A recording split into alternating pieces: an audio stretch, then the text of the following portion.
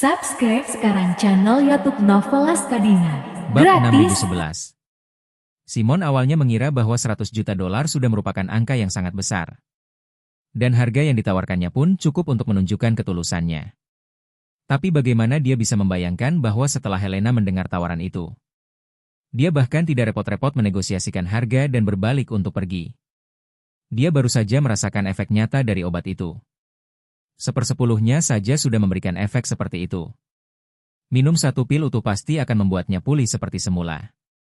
Jadi bagaimana dia bisa melepaskan kesempatan emas ini?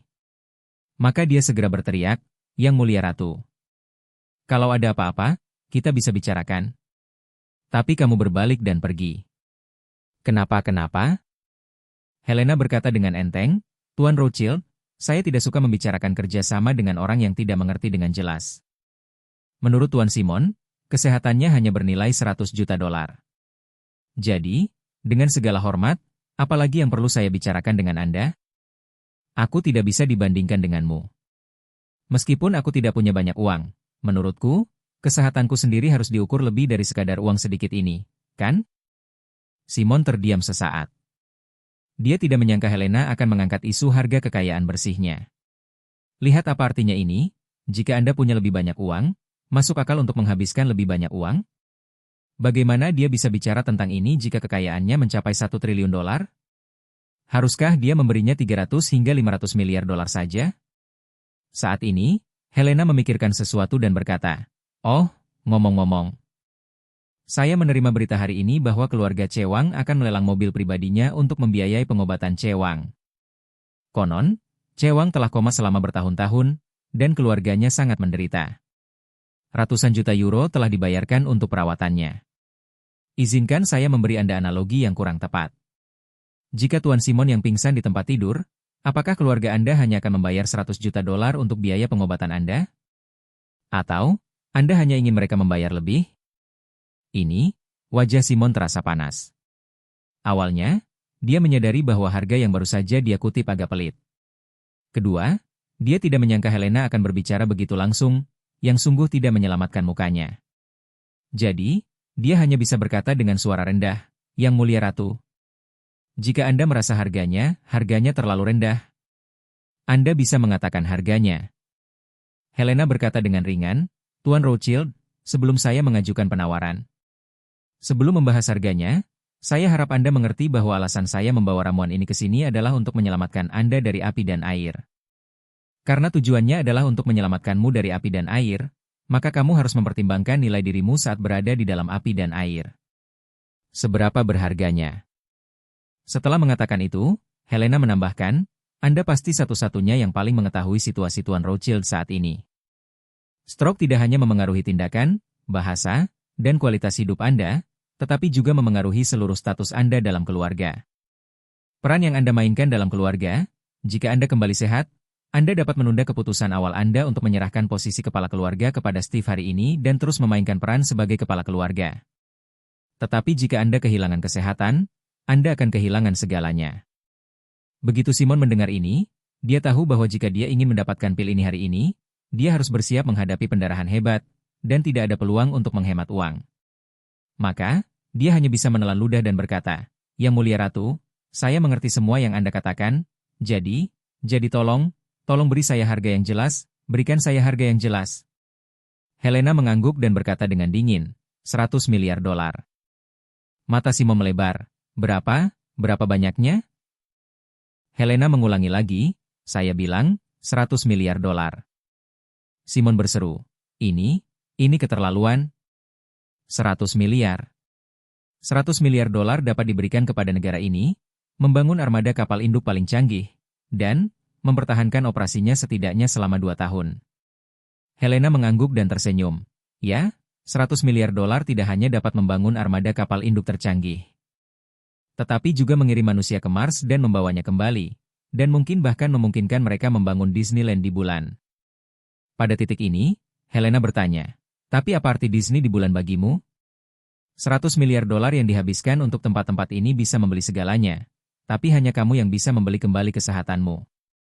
Setelah mengatakan itu, Helena menambahkan, "Sebenarnya, jika Tuan Rothschild bisa mengorbankan dirinya demi keluarga, beliau bisa menghemat uang ini sepenuhnya dan membiarkan uang ini berperan lebih besar dalam perkembangan keluarga di masa depan. Pada saat itu, mungkin keturunanmu akan membangun sebuah monumen untukmu untuk mengenangmu. Simon merasakan sakit di hatinya, dan sambil menutupi perutnya, dia melambaikan tangannya dan berkata, "Jangan berhenti bicara. Karena ini kesepakatan, kau bisa menentukan harga. Lalu aku bisa menawar, lalu aku akan menentukan harga yang bisa dicapai dalam satu langkah." Setelah itu, dia mengulurkan 5 jarinya dan berkata dengan tegas, $50 miliar. Tidak lebih. Kalau lebih, bahkan jika tubuhku pulih, aku akan depresi mental. Ketika saya berpikir tentang menghabiskan ratusan miliar dolar, saya takut saya tidak akan bahagia di usia tua saya. Membeli pil saja bisa menghabiskan biaya ratusan miliar dolar. Simon benar-benar kesakitan. Beberapa orang miskin dan dermawan bahkan tanpa uang. Namun beberapa orang menjadi lebih pelit ketika mereka menjadi kaya. Beberapa orang percaya bahwa kesehatan adalah sesuatu yang tidak dapat dibeli dengan uang. Ada yang beranggapan bahwa jika kesehatan terlalu mahal, lebih baik mereka mengorbankannya saja. Pikiran dalam benak Simon ini dapat dikatakan setengah benar dan setengah salah. Yang palsu adalah dia sebenarnya sangat ingin kembali sehat. Lagi pula, dia menjalani kehidupan yang bijaksana dan berakhir seperti ini setelah terkena stroke. Kesenjangannya terlalu besar. Tetapi sebenarnya, dia tidak dapat menerima pengeluaran 100 miliar dolar untuk membeli kesehatan. Dia tidak mungkin mati karena stroke sialan. Dibandingkan dengan berbaring di tempat tidur dan melompat-lompat, stroke akan menghabiskan biaya ratusan miliar dolar lebih banyak. Pada saat ini, dia tidak dapat menahan diri untuk berpikir bahwa dia setidaknya dapat menghemat 100 miliar dolar dengan tetap di tempat tidur. Sebenarnya Helena tidak menginginkan uang sebanyak itu darinya. Menurut harga psikologis Charlie, 1 atau 2 miliar dolar sudah sangat bagus. Lagi pula, tujuan utama mereka bukanlah menghasilkan uang tetapi memanfaatkan Simon dan putranya, Steve. Dan kini Charlie telah menambahkan permintaan baru, yaitu model I yang dikuasai keluarga ini. Oleh karena itu, harga psikologisnya saat ini sebenarnya 10 miliar dolar. Ditambah serangkaian model I, asalkan dapat mencapai kondisi ini sudah dianggap sukses. Namun, dia juga tahu bahwa Charlie hanya melepaskan sisi tawar-menawar dan menyerahkan barang-barang ini padanya. Tetapi dia tidak akan pernah bisa berkomunikasi dengan Simon sesuai dengan aturannya, dan dia harus mencoba memenangkan keuntungan sebanyak mungkin untuk Charlie. Jadi, dia menatap Simon dan berkata dengan tenang, "Tuan Rothschild, kami tidak berbicara secara rahasia. Yang saya inginkan bukan hanya uang tunai, tetapi juga model I yang diinvestasikan oleh keluarga Anda. Jadi, tawaran terakhir saya adalah ini, 50 miliar dolar tunai, ditambah replika 100% dari model itu. Saya ingin tim Anda pergi ke Eropa Utara untuk membangun serangkaian model I yang tepat untuk saya. Dari perangkat keras hingga perangkat lunak, tidak boleh ada yang berbeda. Dan saya meminta Anda untuk melakukan pembaruan dan peningkatan secara bersamaan untuk saya. Dengan kata lain, versi apapun yang Anda gunakan di Silicon Valley, versi saya di Eropa Utara akan diperbarui ke versi ini pada saat yang sama. Penundaan maksimum tidak boleh lebih dari 1 jam. Selain itu, semua basis pengetahuan dalam model I harus disinkronkan sepenuhnya. Dan, Anda harus selalu memelihara sistem ini untuk saya, dan Anda tidak boleh menghentikan pemeliharaan dengan alasan apapun selama 20 tahun ke depan. Simon ketika mendengar ini, dia tiba-tiba menjadi cemas dan berkata, "Model I itu, sekarang, telah ditemukan oleh Departemen Pertahanan, prospek penerapan komersialnya, juga sangat luas, diperkirakan di masa depan nilainya tidak kurang dari 100 miliar dolar. Setelah integrasi organik dengan industri lain, nilai tambahnya mungkin, bahkan lebih tak terukur. Yang Mulia Ratu, Anda hanya bermimpi konyol." Bab 6012. Melihat Simon sedikit marah, Helena tidak marah, dan hanya berkata dengan ringan, "Tuan Rothschild, jangan terburu-buru marah. Saya punya syarat tambahan yang belum saya selesaikan." Setelah jeda sejenak, ia melanjutkan, "Saya ingin model Anda untuk penggunaan pribadi dan tidak akan digunakan untuk tujuan komersial apapun, yang berarti tidak akan berdampak apapun pada pasar asal Anda. Saya hanya ingin salinan persisnya untuk saya gunakan sendiri. Bagi Anda, itu tidak lebih dari sekadar mengirimkan salinannya kepada saya. Beri aku 1 set perangkat keras, dan beri aku biaya perawatan selama 20 tahun. Seharusnya biayanya tidak banyak, kan?" Simon bertanya dengan dingin, Bagaimana aku bisa yakin, kamu tidak akan menggunakannya untuk keperluan komersial? Helena tersenyum dan berkata, ini adalah detail spesifik yang akan saya bicarakan selanjutnya. Anda tetap akan membayar saya 100 miliar dolar, tetapi saya akan menandatangani kontrak dengan Anda dan menyetujui 50 miliar dolar. Setengahnya akan kembali ke keluarga Rothschild. Dengan jumlah 2,5 miliar AS dolar per tahun dalam 20 tahun ke depan. Jika Anda menghentikan peningkatan dan pemeliharaan dari saya akan menghentikan pengembalian uang ini selanjutnya. Jika saya mengambil model AI Anda untuk penggunaan komersial, Anda dapat segera menghentikan peningkatan dan pemeliharaan. Dan menuntut keluarga kerajaan Nordik di pengadilan, menuntut pembayaran penuh sebesar 50 miliar AS dolar. Semua kerjasama kita, selama kita mencapai kesepakatan, akan dituangkan dalam kontrak dan akan dilindungi oleh hukum. Simon berkata dengan marah, oh, aku akan memberimu 100 miliar dolar, lalu kamu berbalik dan menaruhnya dalam bentuk perwalian. Dilihat dari tingkat pengembalian rata-rata saat ini di pasar keuangan AS, bunga tahunannya setidaknya beberapa miliar dolar. Dan setelah bunga majemuk dihitung, ini angka yang sangat besar. Bukankah Anda hanya meminjam ayam untuk bertelur? Pinjamkan ayam-ayamku untuk bertelur selama 20 tahun, lalu kembalikan ayam-ayam itu kepadaku. Di mana aku bisa menemukan telur-telur yang sudah ada selama 20 tahun? Helena berkata dengan murah hati, bagaimana dengan ini? Kamu masih memberiku 100 miliar dolar. Dari jumlah tersebut, 50 miliar dolar akan menghasilkan bunga setiap tahun, dan saya tidak akan mendapatkan sepeser pun. Semuanya akan dikembalikan kepada Anda. Pada tahun pertama, saya akan menghitungnya untuk Anda berdasarkan bunga aktual yang dihasilkan dari 50 miliar AS dolar tersebut. Sambil mengembalikan pokok Anda sebesar 2,5 miliar AS dolar, seluruh bunga ini juga akan dikembalikan kepada Anda. Tahun kedua, saya akan memberikan bunga yang sebenarnya dihasilkan dari 47,5 miliar dolar, lalu mengembalikan pokok sebesar 2,5 miliar dolar, dan seterusnya, hingga kontrak 20 tahun selesai. Berbicara tentang hal ini, Helena tersenyum dan berkata, jika kamu menggadaikan ayam itu kepadaku selama 20 tahun, semua telur yang dihasilkan selama 20 tahun ini akan menjadi milikmu. Dan ayam itu sendiri akan dikembalikan kepadamu secara bertahap dalam 20 tahun. Apakah ini cukup adil? Simon merasa sedikit nyaman setelah mendengar ini. Akan tetapi, ketika dia memikirkan bahwa pil itu sendiri akan berharga 50 miliar dolar, dia masih merasakan sedikit rasa sakit. Pada saat itu, Simon tiba-tiba berseru, aku lupa satu hal. Perangkat keras model AI sangat mahal. Sebagian besar biaya didasarkan pada perangkat keras yang diproduksi Nvidia. Harga saham Nvidia naik pesat. Itu karena AI sangat populer, sehingga harga perangkat kerasnya meroket. Mungkin rangkaian model ini akan menghabiskan biaya miliaran dolar untuk perangkat keras. Helena tersenyum dan berkata, tidak masalah jika kamu peduli dengan biayanya, aku akan memberimu 10 miliar dolar lagi. Aku masih sangat murah hati. Mendengar ini, wajah Simon sedikit bingung. Ia tahu Helena diam-diam mengejeknya ketika mengatakan ini. Kemudian, Helena menambahkan, Tuan Rothschild, sebenarnya, keluarga Rothschild terlibat di hampir semua lembaga yang menjadi pemegang saham utama Nvidia.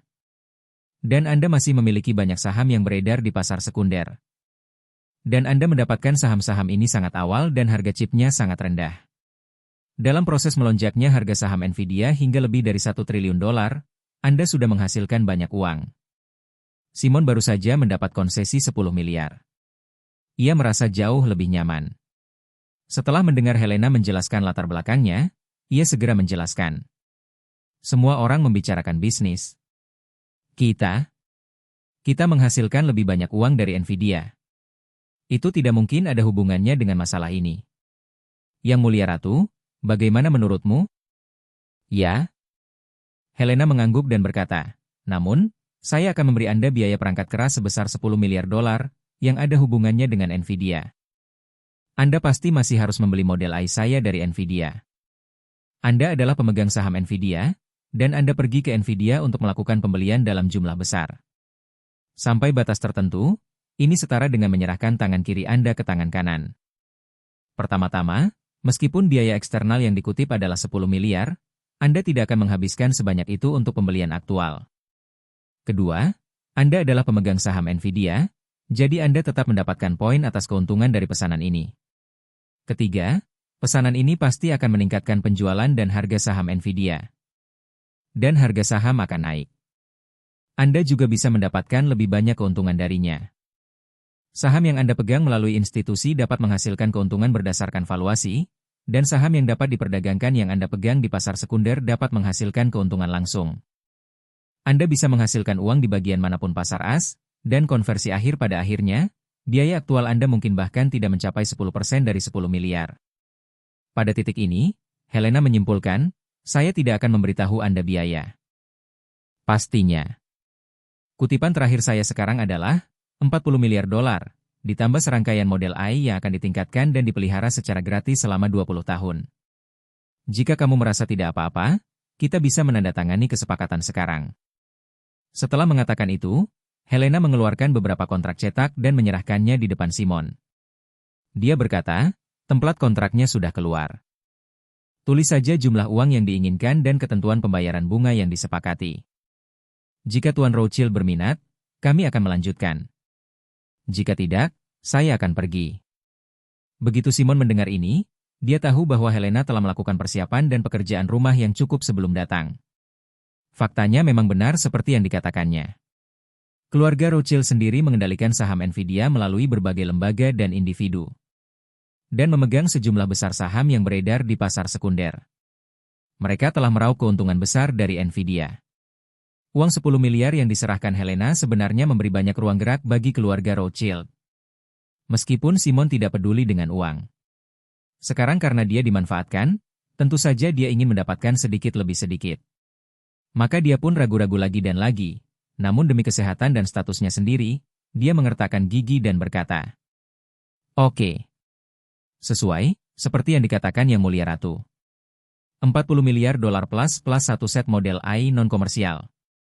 Setelah berkata demikian, dia bertanya dengan ragu-ragu, "Yang Mulia Ratu, jika ramuan ini tidak dapat menyembuhkan penyakitku, lalu?" Helena berkata dengan sangat yakin, "Tidak. Mungkin, itu pasti akan menyembuhkanmu." Setelah mengatakan itu, Helena tersenyum kecil dan berkata, "Jika Tuan Rothschild merasa tidak nyaman, maka mari kita tanda tangani perjanjiannya terlebih dahulu. Dan kamu bisa minum ramuan itu tanpa membayar. Pastikan ramuan itu valid sebelum melakukan pembayaran." Mendengar hal ini, Simon sepenuhnya melepaskan semua kekhawatirannya dan setuju tanpa ragu-ragu. "Tidak masalah. Ikuti saja apa yang dikatakan Yang Mulia Ratu." Helena mengangguk, mengeluarkan ponselnya, dan berkata sambil tersenyum, "Tapi untuk mencegah Tuan Rothschild berbuat curang, mulai sekarang, sampai kita menyelesaikan penandatanganan dan kamu mengambil ramuannya, saya harus merekamnya dengan ponsel saya dan menyinkronkannya secara daring dan waktu nyata. Jika kau sembuh setelah meminum ramuan itu, lalu kau berpaling dariku dan menolak mengakui siapapun, aku tidak akan bisa berbuat apa-apa padamu, Tuan Rothschild." Simon berkata cepat, "Yang Mulia, jangan khawatir. Aku tidak bisa gagal membayar utangku. Tapi karena Yang Mulia Ratu khawatir, lebih baik meninggalkan sebuah rekaman." Bab 6013. Sekarang kedua pihak telah mencapai konsensus. Helena mengeluarkan penanya dan menyempurnakan rincian kontrak. Seluruh proses direkam dengan telepon seluler. Ditambah dengan identitas Helena sebagai Ratu Eropa Utara dan tingginya lalu lintas di internet. Dia sama sekali tidak khawatir kalau Simon berani mengingkari janjinya. Setelah kedua belah pihak menentukan ketentuan kontrak, Simon menuliskan namanya pada kontrak tersebut. Kemudian kedua belah pihak saling bertukar perjanjian dan kontrak tersebut pun resmi. Setelah semuanya beres, Helena menyimpan kontraknya, mematikan video di teleponnya, dan berkata, "Tuan Rothschild, selamat bekerja sama." Simon segera bertanya padanya, "Yang Mulia Ratu, sekarang, bisakah Anda memberiku ramuan itu?" "Tentu saja." Helena menyerahkan ramuan itu kepadanya tanpa ragu dan berkata, "Meskipun keluarga kerajaan Nordik kami tidak punya banyak uang, kami selalu mementingkan semangat kontrak." Simon mengulurkan tangannya dan dengan gemetar menyerahkan ramuan itu kepadanya. Dia mengambilnya dan hendak bertanya pada Helena bagaimana cara mengambilnya. Helena berbicara lebih dulu dan berkata, "Ambil saja."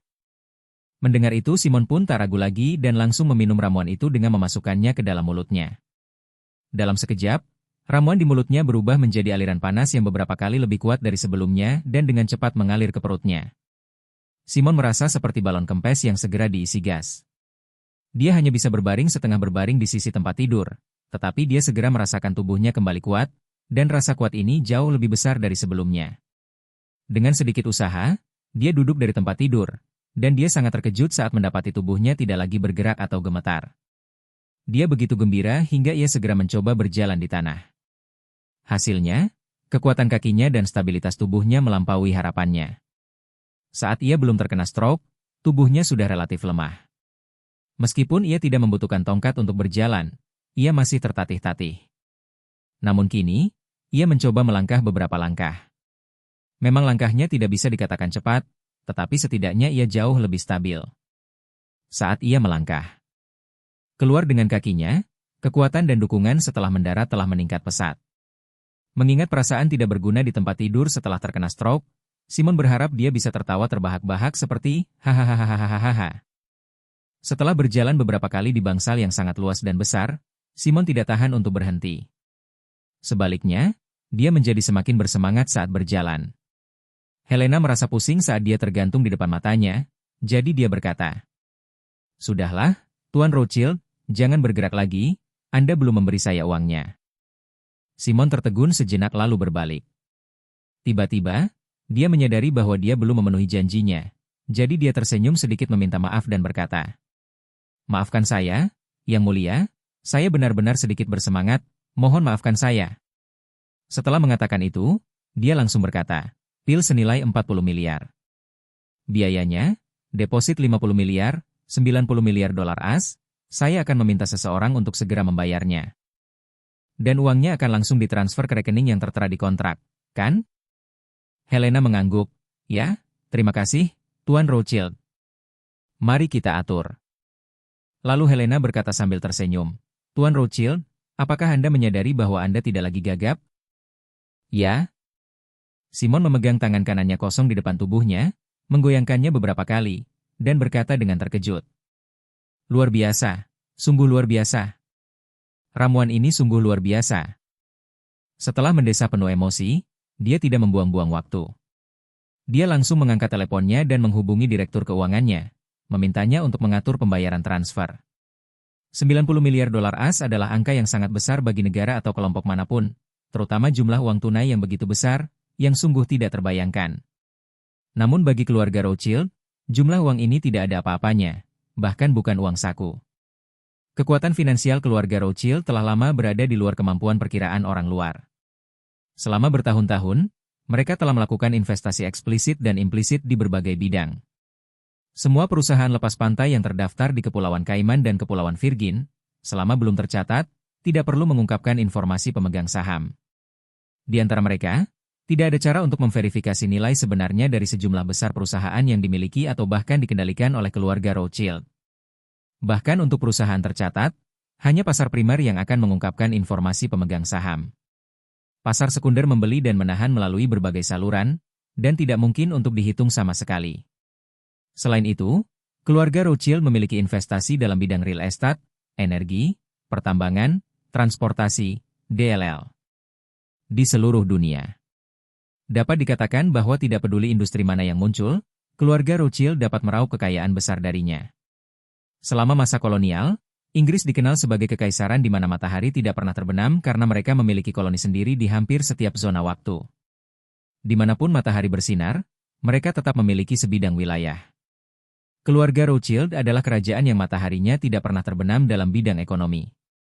Selama mereka bisa menghasilkan uang di hampir setiap bidang di dunia. Mereka hadir, jadi kemanapun angin bertiup, pasti ada tempat bagi mereka. Sama seperti perkembangan AI yang pesat, keluarga Rothschild telah memperoleh keuntungan setidaknya 300 miliar AS dolar dari kepemilikan saham Nvidia saja. Yang tidak termasuk nilai yang dihasilkan oleh investasi mereka dalam industri AI. Untuk kerajaan keuangan yang begitu kuat, jika dana mereka benar-benar diaudit, kemungkinan besar nilainya lebih dari 10 triliun dolar AS. Oleh karena itu, Simon secara diam-diam mentransfer 90 miliar dolar AS uang tunai ke rekening bank keluarga kerajaan Nordik di Swiss hanya dengan satu panggilan telepon dan beberapa instruksi. Helena akhirnya bernapas lega setelah menerima pemberitahuan bahwa dana telah tiba. Lalu dia teringat instruksi Charlie dan berkata kepada Simon. Sejujurnya, Tuan Rothschild, jika ramuan semacam ini dilelang, mustahil untuk menjualnya dengan harga serendah itu. Alasan saya datang untuk menjualnya kepada Anda. Di satu sisi, saya sangat tertarik dengan AI Anda. Di sisi lain, itu juga karena bakti anakmu, Steve. Pertama, pukul dia habis-habisan, lalu beri dia permen. Charlie jago main trik, dan Steve pun begitu. Dia ingin Steve merasakan sakit dari dalam keluar dan pada saat yang sama, dia dapat dengan jelas merasakan rasa manis di mulutnya. Itulah sebabnya dia mengatakan kepada Helena agar jangan lupa memberi Steve pertunjukan yang bagus sehingga memberinya pujian. Oh, tanya Simon penasaran. Steve tahu bahwa Yang Mulia Ratu punya obat ajaib ini? Helena menggelengkan kepalanya, bukan itu maksudku. Tapi dia memang tampak sangat kesakitan setelah mendengar kamu terkena stroke. Terlihat juga bahwa dia sangat peduli padamu. Setelah jeda, Helena menambahkan, saya pikir setiap orang yang berbakti kepada orang tuanya pantas dihormati. Kesalehan berbaktinya juga yang menggerakkan saya. Jadi saya pikir saya akan membawa ramuan itu ke New York untuk mengunjungi Anda. Dan lihat apakah kita bisa membuat kesepakatan yang bisa dianggap menyelamatkan separuh hidupmu. Simon terkejut. Ia tak menyangka putra sulungnya begitu peduli dengan tubuhnya. Memang sedikit lebih dari yang dia harapkan. Lagi pula, ketika ayahnya sakit kritis, dia sangat gembira. Bahkan sekarang, saya masih mengingatnya dengan jelas. Oleh karena itu, hal ini membuatnya berpikir bahwa kasih sayang Steve kepada ayahnya mungkin lebih besar daripada ketertarikannya kepada pewarisnya. Hal ini benar-benar membuatnya merasa bersyukur, dan juga membuat rasa sayangnya pada Steve semakin tumbuh. Helena melihat bahwa dia tampak sedang berpikir keras, jadi dia berkata tiba-tiba.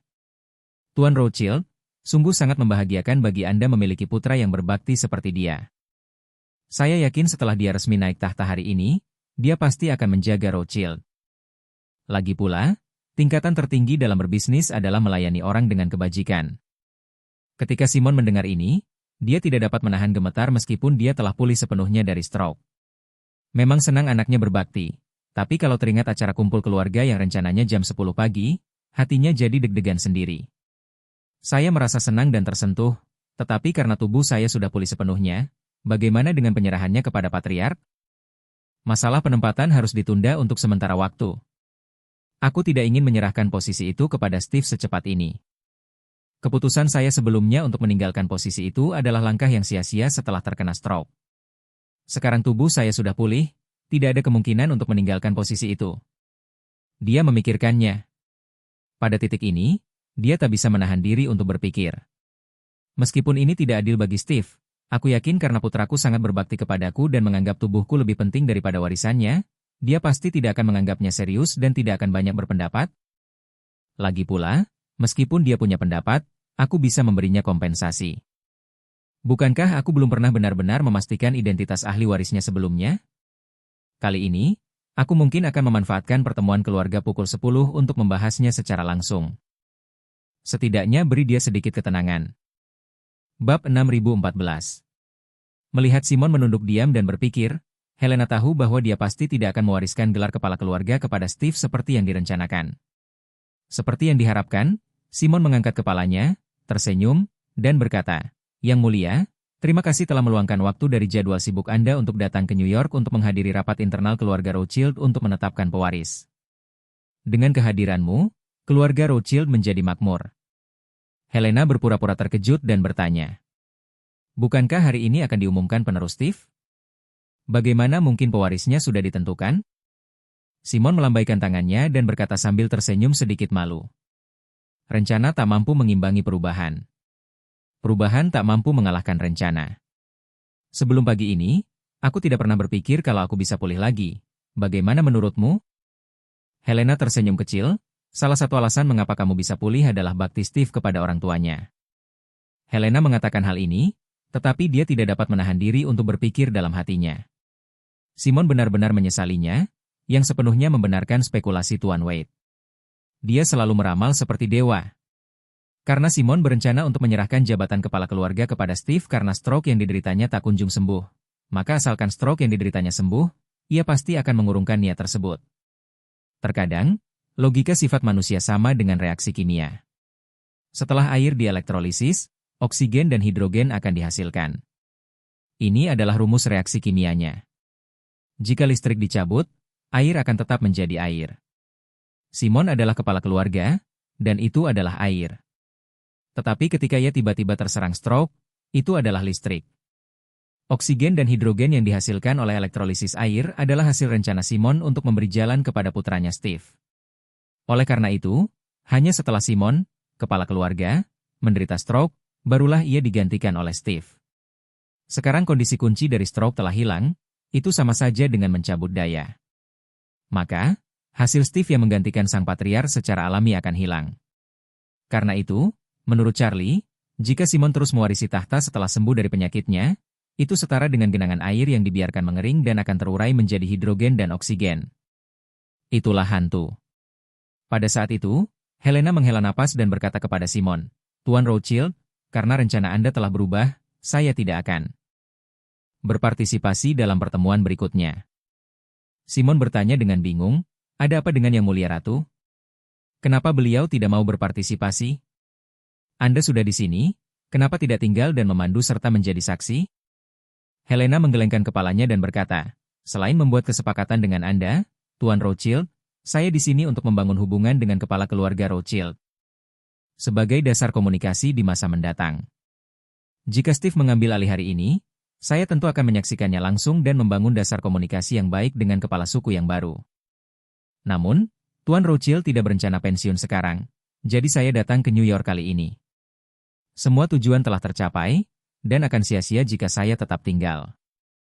Simon segera mengerti arti kata-katanya dan berkata sambil tersenyum, "Yang Mulia Ratu memang ahli dalam bernegosiasi. Anda masih sangat muda dan bisa bernegosiasi dengan baik. Saya belum pernah melihat seseorang dengan kontrol ritme sebaik itu sebelumnya. Dengan Yang Mulia Ratu sebagai pemimpin keluarga kerajaan Nordik, pertumbuhannya pasti akan meroket."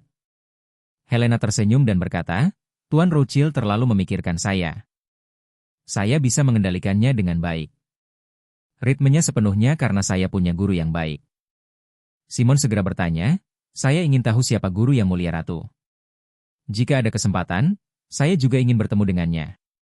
Helena berkata dengan ringan, "Gaya perilaku guruku relatif rendah hati dan tidak menyukai kesombongan ketenaran. Tapi saya yakin Tuan Rothschild akan punya kesempatan untuk bertemu dengannya di masa depan."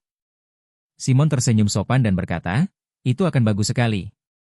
Helena berkata, "Sudah larut, Tuan Rothschild, saya pergi dulu." Simon mengangguk, dan ketika dia melihat Helena berbalik untuk pergi, dia memikirkan sesuatu, dan dengan cepat menghentikannya dan berkata, "Ngomong-ngomong, Yang Mulia Ratu." Helena berbalik dan bertanya dengan rasa ingin tahu, "Apalagi yang Tuan Rothschild katakan?" Simon bertanya dengan khawatir, "Saya ingin tahu apakah pil oriental ajaib Yang Mulia Ratu masih tersedia? Kalau begitu, saya ingin membeli lagi." Helena menggelengkan kepalanya, "Tuan Rothschild, ramuan ajaib seperti ini langka dan sulit ditemukan. Masing-masing membutuhkan kesempatan besar. Coba pikirkan, satu orang, seumur hidup, berapa kali kita bisa memiliki kesempatan untuk lolos dari kematian dan mendapatkan berkah tersembunyi?" Simon berkata sambil tersenyum, "Orang-orang memang rakus. Meskipun saya pernah mendapat kesempatan seperti itu, saya sangat berharap bisa mendapatkannya untuk kedua kalinya atau bahkan ketiga kalinya. 3 kali, jika Yang Mulia Ratu memiliki kesempatan ini, jangan pelit, saya pasti akan memberikan Yang Mulia Ratu harga yang memuaskan." "Harga yang memuaskan?" gumam Helena, sengaja mengecap bibirnya, dan berkata dengan sedikit jijik, "Dengan segala hormat, mengingat harga diri Anda, Tuan Rothschild, Anda sungguh bukan pembeli yang baik. Saya yakin, meskipun saya masih memiliki ramuan ini, saya tidak akan pernah bertransaksi dengan Anda lagi di masa mendatang." Simon bertanya tanpa sadar, "Mengapa Yang Mulia Ratu mengatakan ini?" Helena mengerutkan bibirnya, mengangkat bahu, dan berkata dengan tenang, "Mungkin karena aku tidak suka tawar-menawar. Jika ada kesempatan berikutnya, saya akan mencari pembeli yang lebih ceria, yang menghemat waktu dan membuat saya merasa lebih baik. Anda juga berbisnis, dan Anda pasti pernah menjadi penjual. Ketika Anda menjadi penjual, pembeli di sisi lain selalu sibuk, ragu-ragu, atau bahkan meragukan integritas dan keaslian barang yang Anda jual. Maka Anda pasti tidak akan bahagia." Simon tahu kalau Helena baru saja mengejek perilaku tawar-menawarnya. Pada saat ini, Meskipun dia merasa sedikit tidak bahagia, dia juga menyadari masalah besar. Kalau saja Helena tidak mengucapkan kata-kata marah, bukankah dia akan kehilangan kesempatan berikutnya untuk memperbarui hidupnya?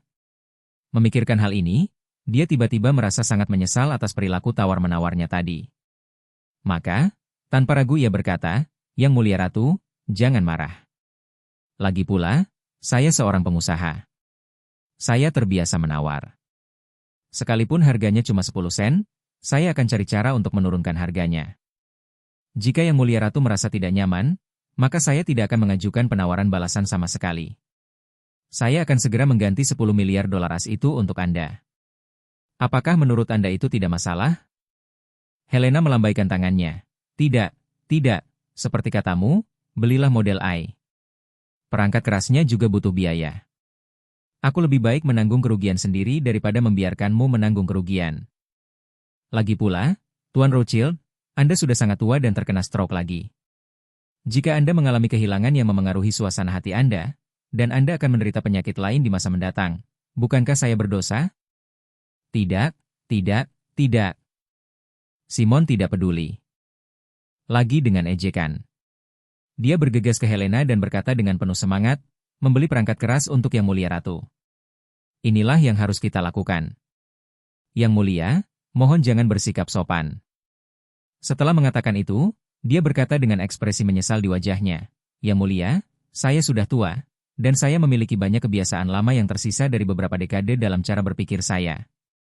Dan tawar-menawar adalah salah satunya. Tetapi Yang Mulia, yakinlah bahwa kami, keluarga Rothschild, tidak akan pernah tawar-menawar lagi saat berbisnis dengan Yang Mulia Ratu." Setelah merasakan kemanjuran yang dahsyat dari pil pelarut darah dan penyelamat jantung, Simon sangat menyadari bahwa benda ini pasti merupakan artefak penyelamat nyawa.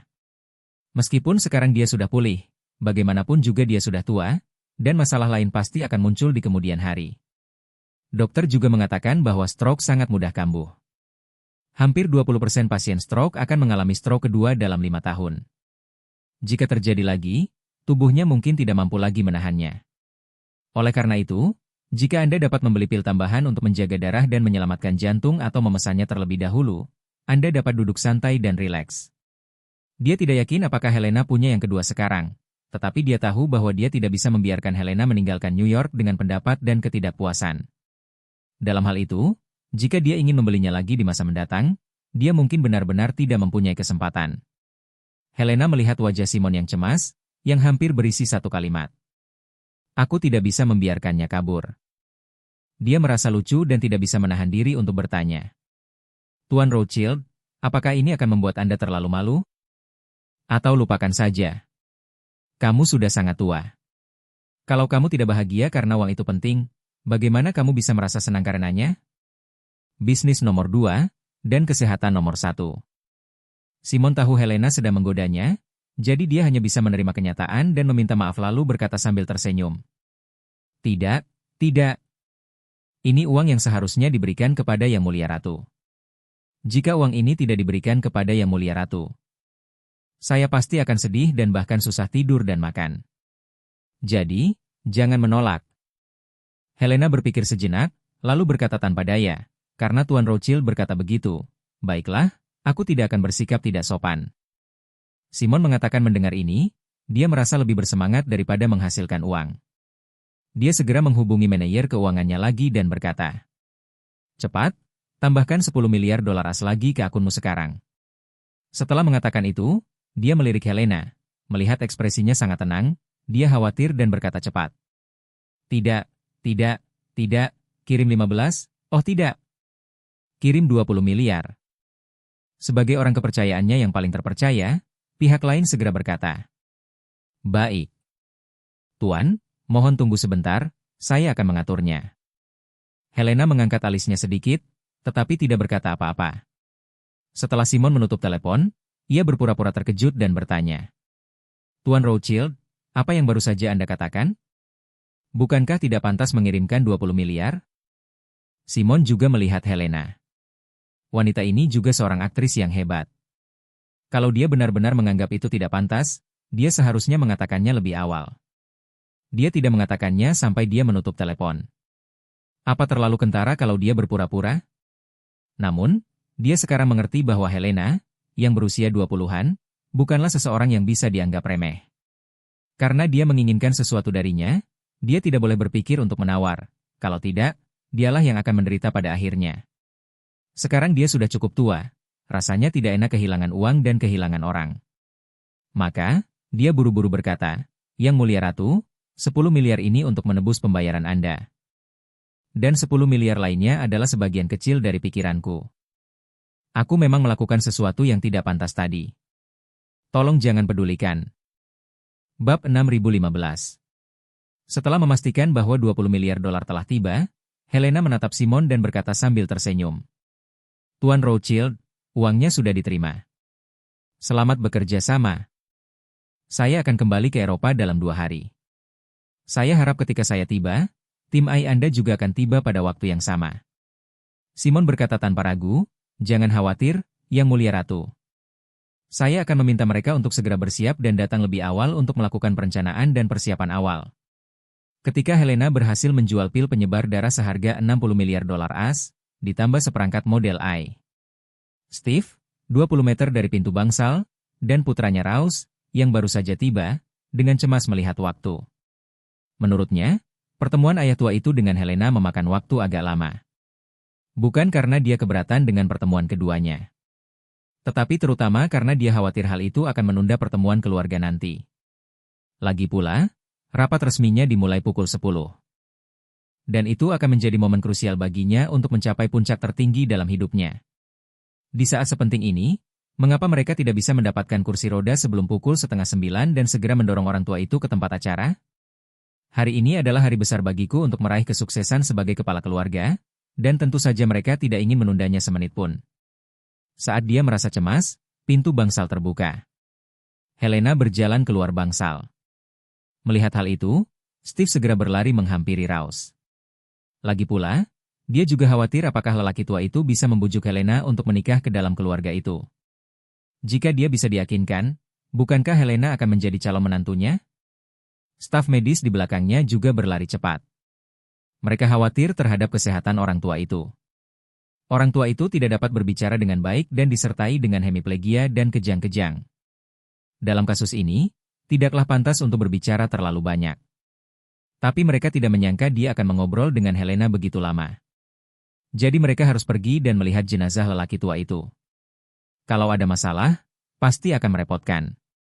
Namun, sebelum kedua kelompok orang itu mencapai pintu bangsal, terjadilah suatu pemandangan yang membuat mereka merasa seperti tersambar petir. Helena berbalik ke arah pintu dan berkata, "Tuan Rothschild, tidak perlu mengantar saya pergi." Segera setelah itu, sosok Simon tua berjalan keluar pintu seolah-olah tidak terjadi apa-apa. Sambil berjalan, ia bersikap sopan kepada Helena, "Merupakan suatu kehormatan besar bagi kami bahwa Yang Mulia Ratu datang ke New York untuk menemui saya secara langsung. Sebagai kepala keluarga Rothschild, bagaimana mungkin aku tidak mengantarmu pergi secara langsung?" Steve, Raus, dan staf medis yang hampir semuanya berdiri di sana membeku di tempat. Semua orang bertanya pada diri sendiri, apa sebenarnya yang terjadi? Steve juga tercengang dan berpikir dalam hati, "Ya, apa yang sebenarnya terjadi? Bukankah lelaki tua itu sedang berbaring di tempat tidur sambil menggigil tadi?" Dia terbata-bata ketika berbicara. "Kenapa sekarang? Kenapa tiba-tiba kau tidak bisa melihat ada yang salah sekarang? Apa kau sudah sadar kembali?" Steve agak curiga pada dunia dan menggosok matanya. Setelah memastikan penglihatannya benar, dia tidak mau repot-repot memikirkan apa yang sedang terjadi. Dia baru saja melangkah beberapa langkah. Dia berlari untuk membantu Simon dan berkata dengan gugup, "Ayah, kenapa ayah keluar sendiri? Kondisi fisikmu saat ini tidak sanggup menahan siksaan." Sebelum Steve bisa selesai berbicara, Simon menyela dengan gembira. "Steve, aku mau kasih kabar baik. Tubuhku sudah baik-baik saja sekarang. Semuanya sudah sembuh. Stroke, keberpihakan, gagap, dan gemetar semuanya hilang. Mengejutkan atau tidak? Ini sungguh keajaiban medis, hahaha." "Apa? Apa? Jadi, sudah sembuh sekarang?" Steve merasa ngeri, merasa seolah-olah CPU otaknya telah terbakar oleh kata-kata pria tua itu. Ia berpikir dalam hati, apa yang terjadi? Apakah dia sudah sembuh? Apakah dia sudah sembuh? Bukankah dokter bilang itu stroke? Hemiplegia. Apalagi saraf bicaranya sudah sangat terpengaruh, jadi sulit untuk pulih sepenuhnya. Dan dokter juga mengatakan, bagaimanapun juga, hampir tidak mungkin untuk pulih dari kerusakan saraf. Bahkan jika Anda secara aktif berpartisipasi dalam perawatan rehabilitasi terbaik di dunia, kamu hanya akan menjadi sedikit lebih baik dari dirimu sekarang. Jika Anda bisa kembali berjalan dengan kruk, itu sudah merupakan berkat dari Tuhan. Memikirkan hal ini, dia berbalik untuk melihat dokter yang bertugas. Wajahnya penuh tanda tanya dan kata, "Persetan denganmu, Paman," tertulis di situ. Faktanya, dokter yang bertugas bahkan lebih bingung saat ini. Belum lagi CPU, memori dan motherboard pun ikut terbakar. Dia merasa bahwa semua keterampilan medis yang dipelajarinya selama bertahun-tahun adalah sia-sia. Setelah berpraktik kedokteran selama bertahun-tahun dan sebagian besar hidup saya, siapa sih yang pernah melihat seseorang yang baru saja terserang stroke, lalu berbalik dan berjalan dengan kaku? Poin pentingnya adalah lelaki tua itu bersikap sopan terhadap ratu. Dia menari, fasih, dan energik. Bahkan dirinya sendiri pun tak bisa dibandingkan dengannya. Dia hanya bisa mengangkat kacamatanya, dan berkata dengan ketidaktahuan dan keterkejutan. Keajaiban medis. Inilah keajaiban medis yang sesungguhnya.